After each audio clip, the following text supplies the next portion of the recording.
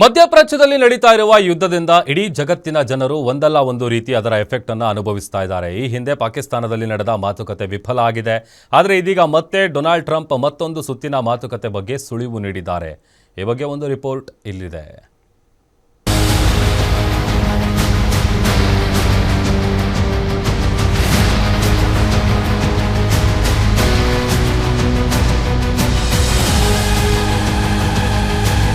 ಪಶ್ಚಿಮ ಏಷ್ಯಾದಲ್ಲಿ ನಡೀತಾ ಇರುವ ಯುದ್ಧವನ್ನ ಕೊನೆಗೊಳಿಸಲು ಇಡೀ ಜಗತ್ತಿನ ನಾಯಕರು ಕಾಯ್ತಾ ಇದ್ದಾರೆ.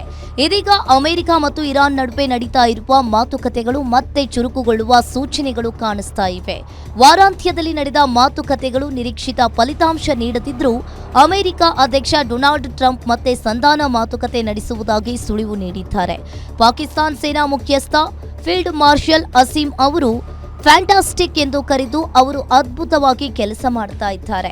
ಅವರ ಮೇಲಿನ ವಿಶ್ವಾಸದಿಂದಲೇ ನಾವು ಮತ್ತೆ ಇಸ್ಲಾಮಾಬಾದ್ಗೆ ಹೋಗಲು ನಿರ್ಧಾರವನ್ನ ಮಾಡಿದ್ದೇವೆ ಅಂತ ಹೇಳಿದ್ದಾರೆ. ಪಾಕಿಸ್ತಾನದ ಮಧ್ಯಸ್ಥಿಕೆ ಮತ್ತು ಭದ್ರತಾ ವ್ಯವಸ್ಥೆಯಲ್ಲಿ ಅಮೆರಿಕಕ್ಕೆ ಪೂರ್ಣ ವಿಶ್ವಾಸವಿದೆ ಎಂದು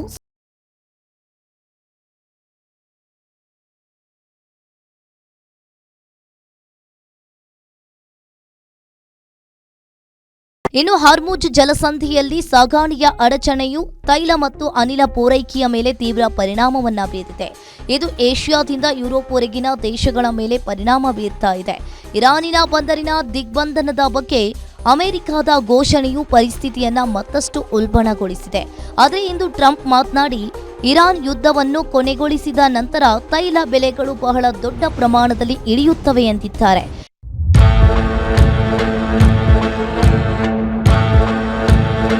ಇರಾನ್ಗೆ ಚೀನಾ ಶಸ್ತ್ರಾಸ್ತ್ರಗಳನ್ನು ಪೂರೈಕೆ ಮಾಡ್ತಾ ಇದೆ ಎಂಬ ವದಂತಿಗಳು ಎಲ್ಲೆಡೆ ಹರಿದಾಡಿತ್ತು.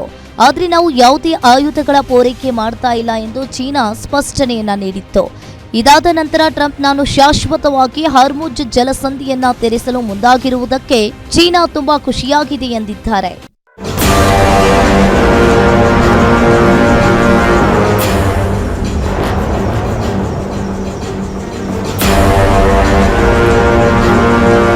ಒಟ್ಟಾರೆ ಕಳೆದ 7 ವಾರಗಳಿಂದ ಇರಾನ್ ಮತ್ತು ಅಮೆರಿಕ ಇಸ್ರೇಲ್ ನಡುವೆ ನಡೀತಾ ಇರುವ ಸಂಘರ್ಷವನ್ನ ಕೊನೆಗೊಳಿಸಿ ಜಗತ್ತಿನಲ್ಲಿ ಶಾಂತಿ ನೆಲೆಸಲಿ ಎಂಬುದೇ ಇಡೀ ಜಗತ್ತಿನ ನಾಗರಿಕರ ಆಶಯವಾಗಿದೆ. News desk, guarantee news, Bengaluru.